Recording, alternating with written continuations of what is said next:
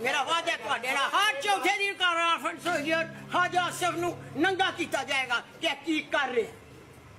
इन्हें एक मां नाल मत्था लाया है। ले जाओ मेरे बेटियां नूं जिन्हां नूं भी खड़ना जे। मैं बहादुर मां शहीद भी हो जा ते मेरे वास्ते एक पाकिस्तान किताब लिखेगा। मेरे वास्ते काबिल फखर होगी शहादती दे मौत भी और एक यादगार पीछे जड़ी किताब लिखी जाएगी। मैं कली मैं तुहानूं कह दिता कार कार हर कश्मीरी महल्ले का कोई कोना कोई बाजार कोई गली नहीं मैं छड्डनी। तू जो करना कर ले हथ ला के मैनू देखा जाएगा। अच्छा मैडम एक तरह मेरा क्वेश्चन ले लें आप आपके मद्दे मुकाबल ख्वाजा आसिफ ने उस दिन एक बरकत कन्वेंशन से खिताब करते हुए ये कहा था कि कम से कम उनसे पूछें आप कैंपेन शुरू की है लेकिन आपके बेटे नजर नहीं आ रहे आपकी इंतहाबी कैंपेन ने इस हवाले से क्या कहेंगे? मैं बहादुर बेटों की माँ हूँ। ख्वाजा आसिफ के पैगाम है कि माई कली बथेरी है।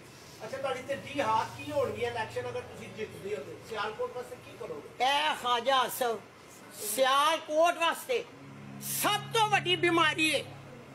इनू खत्म करो ये शेर नू खत्म करो ते कसम उस खुदा दी शहर सियालकोट तुहानू नजर आएगा कि ख्वाजा आसिफ दे होंदिया की सी ते एक मां दे होंदिया की है।